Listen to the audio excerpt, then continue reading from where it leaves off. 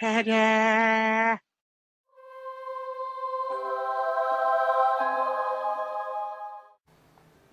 For this 3-minute rules, we will be looking at the movement phase, and in particular the charge reaction of the flee.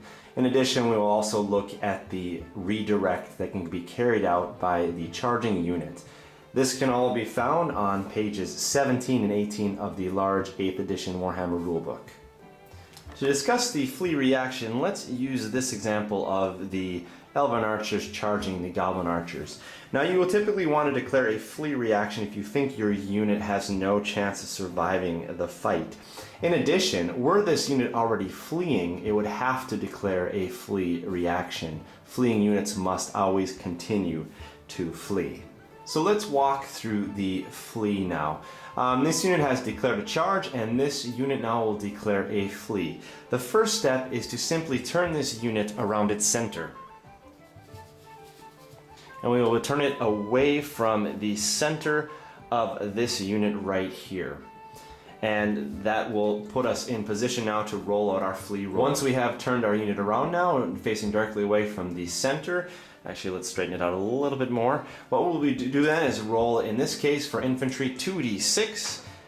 In this case we got a total of 9 inches. And now with our measuring device down here, we can measure out 9 inches, and that will bring our fleeing unit right here 9 inches away. With this unit now fled, this unit of Elven archers has a few different options. One option is it can choose to try to pursue that fled unit and catch it. We are actually 12 inches away, which means we'd have to roll double 6s in order to do that. So it's very unlikely. Let's roll it out and see. No, that would be a 2 and a 1 for 3 inches. So if we roll that out to try and catch him when we get a 2 and a 1, it would be what is called a failed charge or failed pursuit. In this case, you take the highest of the 2 dice, in this case a 2, and we would simply turn our archers and move them 2 inches forward, and that is where that charge would end. If we back this up though, say we do in fact roll 2 6s, we're lucky enough to pull it off and get 2 6s, 12 inches. What we would do then is simply move this unit of Elven archers into contact with the goblins, and we say that when they catch them, they would run them down where they are, and that entire unit of goblins would be removed from the battlefield. A second choice, rather than pursuing here, the Elven archers can do what is called a redirect. In this case, they can take a leadership test.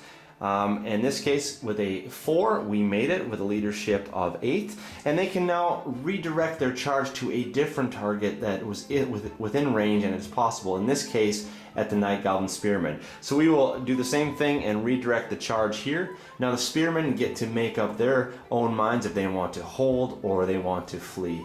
Let's say in this case they decide to hold, which means that we are able now to try to roll out that charge. Were we to fail the leadership test for the redirect, in this case if we rolled a 10 for example, then we would not be able to redirect against this unit, but we would in fact have to try to complete the charge on that fleeing unit.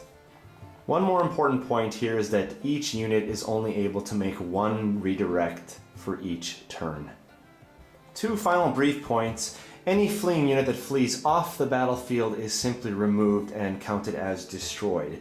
Second of all, it is possible that a single unit may make a couple or several charge reactions during the declaring charge part of the movement phase. For example, if this unit decides to charge here, they could decide to hold, and this unit could jump in and also decide to charge, at which point they may think that's enough and they will simply elect to flee. And with that, we conclude our discussion of the movement phase, fleeing and redirecting. Thank you for joining us here at Grey Army Gaming, where Grey can always play.